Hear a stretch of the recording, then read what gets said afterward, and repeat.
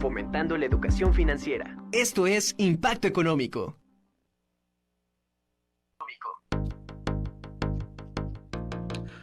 Hola, ¿qué tal, gente bonita? Qué gusto saludarlos en un lunes ya acostumbrado de Impacto Económico. Para mí es un gusto poderte recibir en esta transmisión y pues compartirte un tema que sin lugar a dudas es algo que todos tendríamos que estar empezando a tomar en cuenta con mucha más seriedad, y es el tema de la ciberseguridad.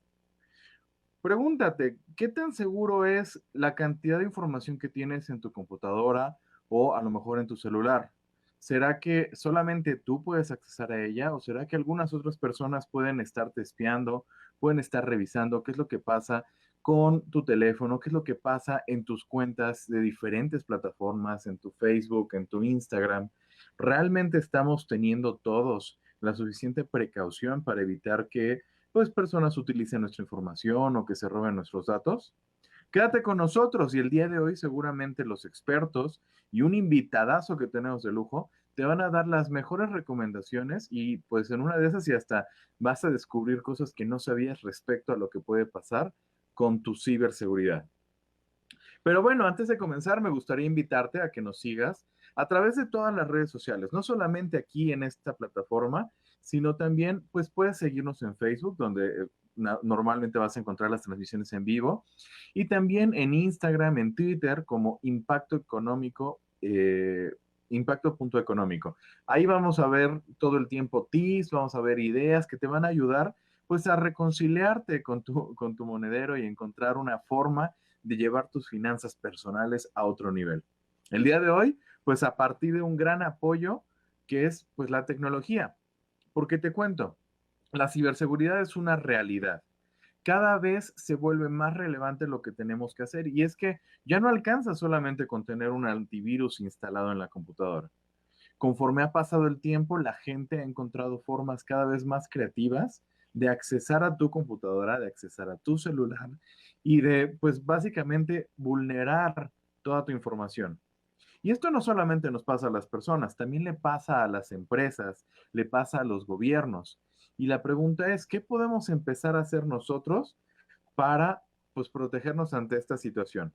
Porque Jorge Durante va a comentar en unos minutos cómo cada vez encontramos más y más amenazas y oportunidades en una economía que se está volviendo pues cada vez más digital.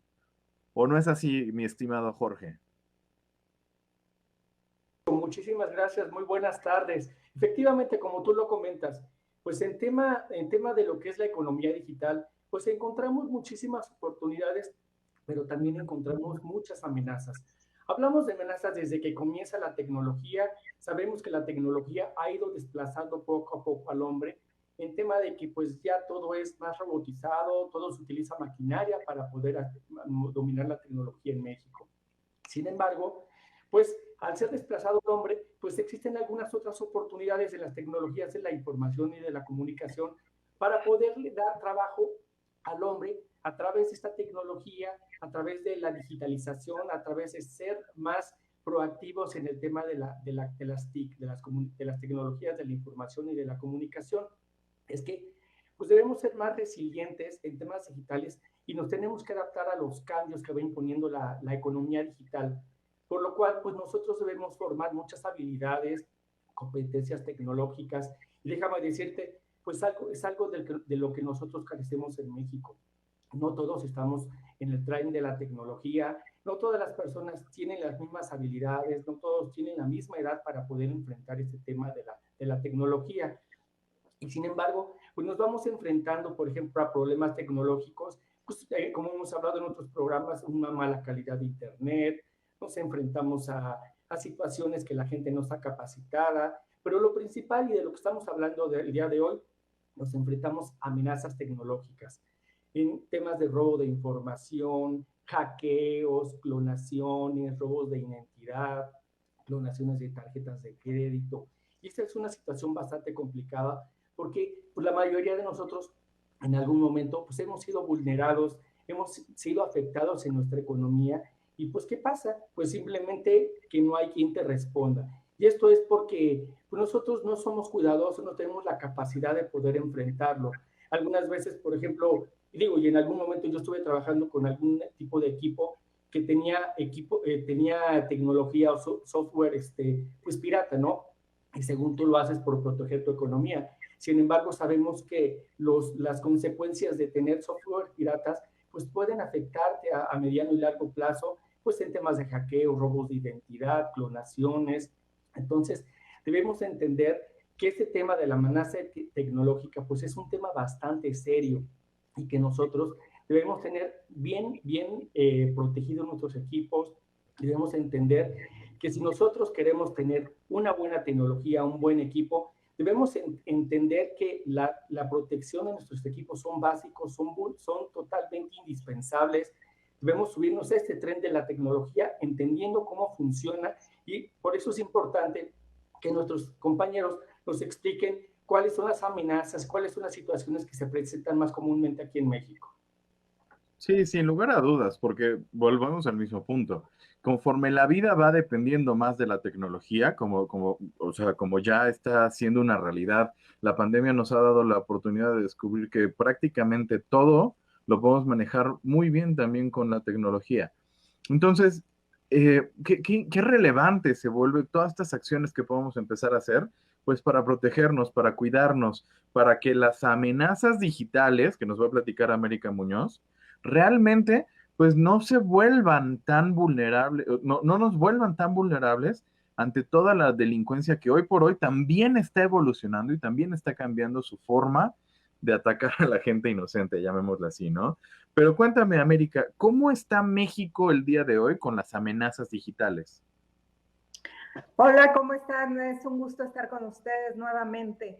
Pues sí, así como comentaban ustedes, o sea, la contraparte de la tecnología como una herramienta y una excelente herramienta para trabajar y para estudiar, pues está esa contraparte, ese lado negativo, que desafortunadamente, pues podemos ser víctimas de ciberataques, víctimas de estafas, y esto nos afecta mucho. México, desafortunadamente, es de los países que más sufre este problema. ¿Y qué tipo de problemas nos encontramos? Pues para empezar, la desinformación en redes sociales. Por ejemplo, es muy fácil de una noticia falsa hacer un problema, y nada más con dar esa noticia, difundirla, ya estamos creando un problema. Ya estamos creando un problema, y a veces no solamente en sí de una sola persona, sino muchas veces de grupo o hasta en forma política. También otro problema con el que nos enfrentamos es las infecciones a nuestros proveedores o la afectación de nuestros proveedores, por ejemplo, de los bancos. Nosotros utilizamos ciertos productos o ciertos servicios por medio de los bancos. Creo que se escucha mucho eco, ¿verdad? No realmente, pero si quieres, yo te escucho bastante bien. Tú sigue adelante. Ok. Pues nos encontramos con estos proveedores que muchas veces, por no buscar bien las páginas de nuestros proveedores, por ejemplo, llámese bancos o algún servicio que queremos contratar, pues nos vamos a páginas falsas y desgraciadamente caemos en manos de delincuentes cibernéticos. También otro tipo de problema con el que nos encontramos, y tiene que ver mucho con lo que comentaba Jorge, es que si tenemos software ya trazados, no podemos actualizarlos, y al no poder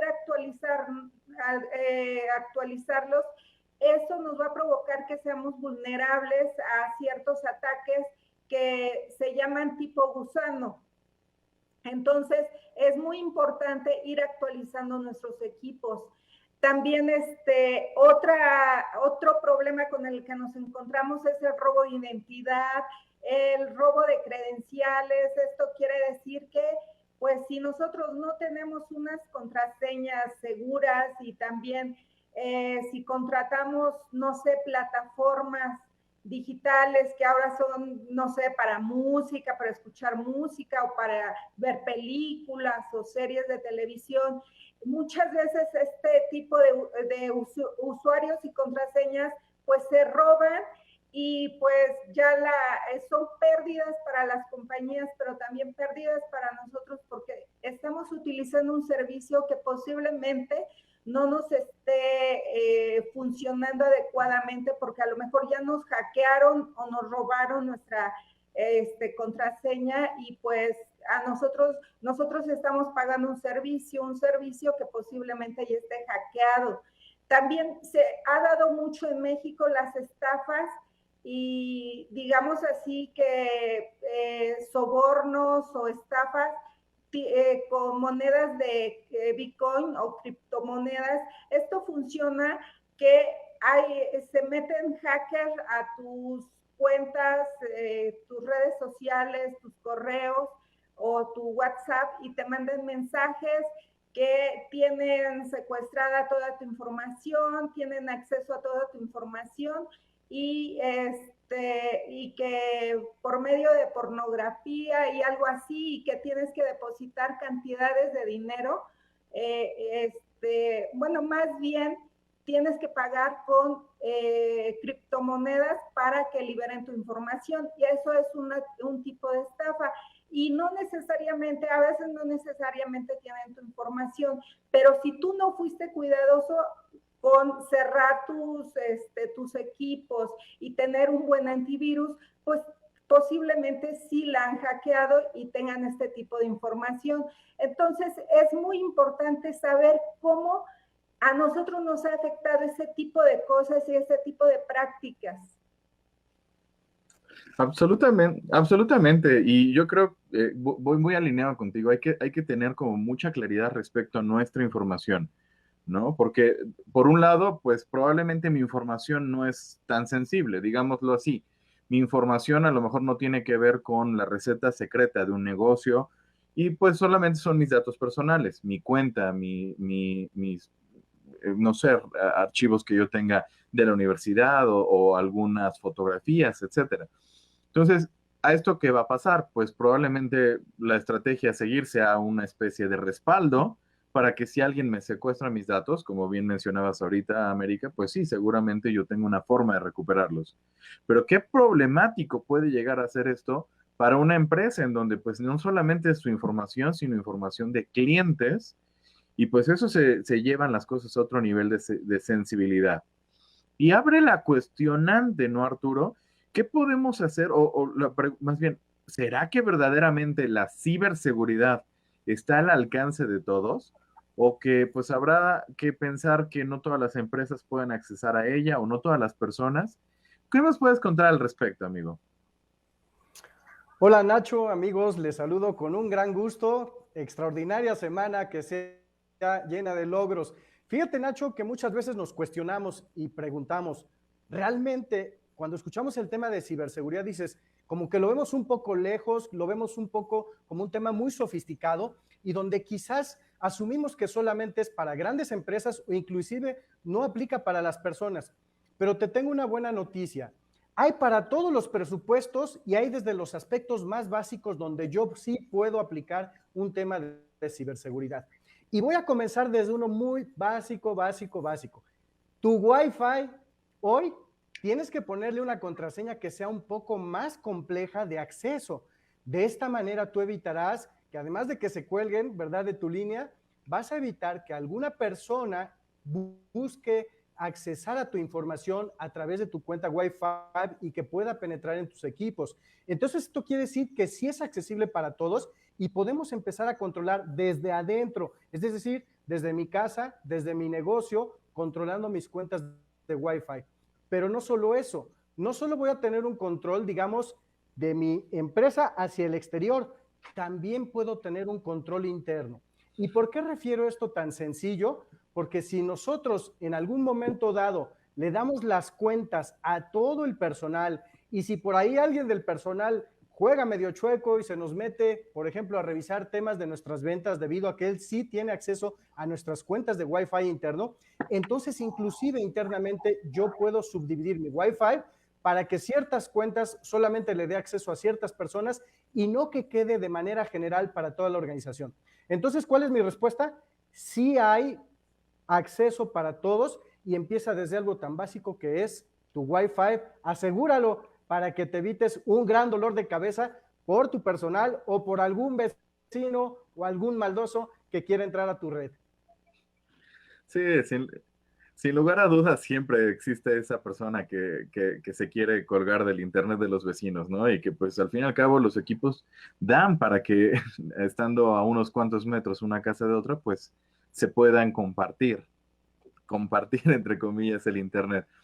Y mira, qué interesante, porque de verdad creo que ahí nos falta desarrollar cultura muy, muy, muy relevante con el tema de la prevención, ¿no? Esta parte que dices de que tu módem tenga contraseña, yo la invitación que haría es, no solamente nos confiemos de la contraseña que ya trae el módem, sino que cuando lo tengamos y lo recibamos, en automático pensemos en cambiar la contraseña, porque pues al fin y al cabo, las que vienen por default son bastante vulnerables. Pero fíjate, yo quiero pues aprovechar este tema de las cuestiones finas, las cuestiones pues de mayor expertise, para presentarte a alguien que nos acompaña en el programa del día de hoy. Nuestro invitadazo de lujo es Juan Carlos Reyes. Juan Carlos es el líder de la vertical de ciberseguridad del Instituto Global para la Competitividad Digital, ¿no? Por su nombre en inglés, Global Institute for Digital Competitiveness. Y pues nos acompaña ya aquí en el estudio y está aquí con nosotros. Juan Carlos, qué gusto, qué placer que nos hagas favor de hoy compartir un poco de tu conocimiento respecto a la ciberdelincuencia, el ciberespionaje y todas las diferentes modalidades que hoy por hoy se están haciendo de pues delitos a través del internet, ¿no? Muchas gracias, Nacho. Un saludo para todos y qué bueno poder compartir con ustedes el día de hoy. Sí, pues he escuchado aportes muy valiosos de los otros invitados, de las otras intervenciones que han hecho, y estoy de acuerdo con una cosa. Primero que todo, la seguridad, la ciberseguridad es una cuestión muy personal y a mí me gusta llevarlo al terreno del uso responsable de la tecnología. A mí me encanta la tecnología es la que ha hecho que hayamos, la que ha permitido que podamos hoy en día conectarnos, por ejemplo, por estos medios, la que nos permitió a algunos sobrellevar la pandemia, ese año tan difícil del 2020 que tuvimos que pasar. Lo superamos en una gran medida gracias a la tecnología. Entonces a la tecnología no hay que tenerle miedo, ese es como mi primer punto. La tecnología hay que utilizarla, hay que aprovecharla, hay que disfrutarla, pero el problema es que tenemos que hacerlo de una manera muy responsable. Hace muchos años tuve la oportunidad de participar en ciertas discusiones con respecto al marco regulatorio de los ciberdelitos en mi país, acá en Colombia, y un marco que se comenzó a extender o que heredaba y que se extendió en diferentes países de Latinoamérica. Y nos hicimos una pregunta muy simple, pero de un gran trasfondo. ¿Los delitos informáticos son una nueva forma de delito? ¿O son simplemente delitos tradicionales que hoy en día tienen un nuevo vector de propagación? Y pues la respuesta es obvia, la respuesta es la segunda. El hurto es hurto, sea en la calle o sea a través de Internet. ¿Eso qué quiere decir? Que a lo que nos estamos enfrentando hoy en día con el tema de la ciberdelincuencia es precisamente con una cantidad de personas que están cometiendo esquemas delictivos tradicionales, pero que encontraron un medio tecnológico para poder perpetrar esos delitos. A mí me gusta también hacer una diferenciación muy clara desde el punto de vista conceptual, sobre todo porque los medios de comunicación masivos hablan indiscriminadamente de los hackers como si los hackers fueran ciberdelincuentes, y eso no es así. Realmente el hacker es una persona que le gusta meterse en las entrañas de lo que está estudiando. El hacker en el tema informático es aquel que conoce los hilos, que conoce los más mínimos detalles de la tecnología, lo que no lo hace ciberdelincuente. El ciberdelincuente es el que utiliza ese conocimiento, por ejemplo, para obtener provecho para sí mismo, para cometer actos ilícitos y demás. Entonces, Primero que todo, ciberdelincuencia hay por todas partes y contrario a lo que se cree, los ciberdelincuentes no son hackers experimentados en su mayoría. Claro, hay unos que sí, pero la mayoría son simplemente delincuentes y han encontrado una serie de herramientas tecnológicas para poder organizar esquemas complejos de delito. ¿Qué es lo que pasa? Nos enfrentamos a una tecnología y unos medios de comunicación que brindan cierto tipo, hasta cierto punto, brindan un anonimato. Muchos ciberdelincuentes piensan que estando detrás de una pantalla o protegidos, entre comillas, con una dirección IP que puede estar incluso, que puede ser incluso falsa, pues están en un anonimato y eso les da licencia para poder cometer todos sus actos ilícitos, cuando realmente no es así. Realmente no es fácil, pero es posible determinar quiénes son los ciberdelincuentes y llevarlos incluso ante las cortes e involucrarlos en procesos penales o en procesos judiciales. Entonces hay que derribar ese mito del supuesto anonimato eh, y hay que derribar ese mito de que los ciberdelincuentes son hackers experimentados o que tienen un conocimiento muy profundo de la tecnología.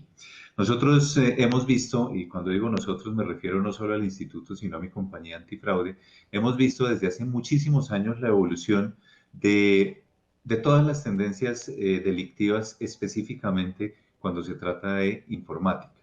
Al principio, hace unos 11, 12, 13 años tal vez, ya estábamos comenzando a hablar de temas de phishing, por ejemplo, de esos correos que buscan suplantar entidades financieras o entidades de gobierno, que además el phishing se disparó de una manera violenta durante la pandemia. Pues claro, imagínense, todos encerrados en las casas y el único medio de comunicación que teníamos era un correo electrónico. Y frente al miedo y al frenesí de la pandemia, entonces, pues uno casi que podía creer cualquier cosa que le llegara ahí. No, el phishing ha evolucionado de una manera bastante importante. Como les decía, hace muchos años esos correos eran muy directos. Entonces, usted le podía llegar un correo de un banco con el que no tenía absolutamente nada que ver, no sé, el Bank of America, el Banco de Wichita, alguna cosa así por el estilo, que le estaba pidiendo su usuario y su contraseña. Muy directamente. Necesitamos su usuario y su contraseña, entre a este enlace o si no le vamos a frenar todos sus fondos. Ese era el modelo tradicional. Hoy en día, ya los ciberdelincuentes, fíjate que ya no están buscando esos réditos tan directos, ya no están buscando esa información de esa manera tan directa. Hoy en día el phishing ha evolucionado de una manera tal en que es mucho más probable que te llegue un correo de un lugar que conoces, es mucho más probable que te llegue un correo llamándote por tu nombre y de pronto dándote un dato que resulta conocido para ti y que ni siquiera está buscando tu usuario y tu contraseña. Te dicen simplemente entra a este enlace o te dicen simplemente diligencia este formulario, porque hoy en día la moneda de cambio, tanto para los ciberdelincuentes como para los ciberespías, es la información personal. Y yo sí difiero cuando mucha gente dice, es probable que mi información no sea tan valiosa para los ciberdelincuentes. No, información personal, información de medianos negocios, información de grandes empresas, toda la información es valiosa para los ciberdelincuentes porque permite crear esquemas de suplantación. Sí, Nacho, te escucho.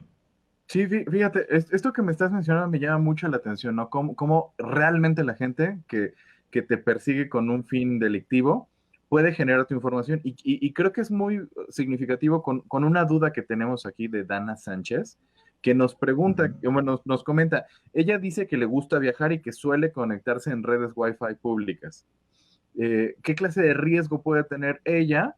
¿Pueden quitarle su información o qué puede pasar cuando ella hace esta clase de hábitos? Absolutamente todos los riesgos. La buena práctica implica que no deberíamos conectarnos desde redes Wi-Fi, de hecho desde ninguna clase de red que sea pública. Nosotros hemos visto actuar ciberdelincuencial que lo que hacen es, por ejemplo, colocar access points, colocar enrutadores inalámbricos falsos, así con un mensaje que dice Wi-Fi gratis. Y resulta que cuando te conectas a ese tipo de enrutadores, tienen unos procesos que permiten desencriptar toda la información, que permiten obtener toda la información que viaje por ahí, incluso poniendo certificados de encripción falsos, que en muchas ocasiones uno no les pone cuidado cuando les salen los mensajitos de que te estás conectando a un sitio inseguro. Ah, sí, yo sé, no, yo sé a qué sitio voy, no me importa, pero de todo ese tipo de artimañas se valen los ciberdelincuentes. Por regla general, utilizar redes Wi-Fi que sean públicas, que sean gratuitas, no es una buena práctica. Si estás obligado a hacerlo, es decir, si tienes la necesidad imperiosa de hacerlo, lo más recomendable es instalar algún software de tipo VPN, un software que encripte todos los datos desde el dispositivo con el que nos estamos conectando y utilizarla pues obviamente lo menos posible. Sí, absolutamente. Yo creo que en general esta parte de las redes que son públicas y gratuitas, de pronto sí son un sitio donde pues podemos obtener cualquier clase de cochinadas, ¿no? O sea, definitivamente es de los lugares a donde somos más vulnerables, ¿no? Y hay que pensar un poquito como en estos temas hasta similares al COVID, ¿no? Estar en un lugar público definitivamente te puede dar un riesgo de contagio. Y en estos lugares en donde el Internet pues es accesible para todos, sin lugar a dudas, pues también te puede hacer víctima de que una persona quiera accesar a tu información y que con eso hacer cualquier cantidad de cosas, desde chantajearte o desde pues amenazarte o poner en riesgo a tu familia. Pero pues continuemos hablando de esto y de muchas más recomendaciones para que efectivamente nuestra información, nuestros datos y sobre todo nosotros no corramos ninguna clase de riesgo por la ciberdelincuencia. Y en un momento más continuamos hablando más de esto en Impacto Económico.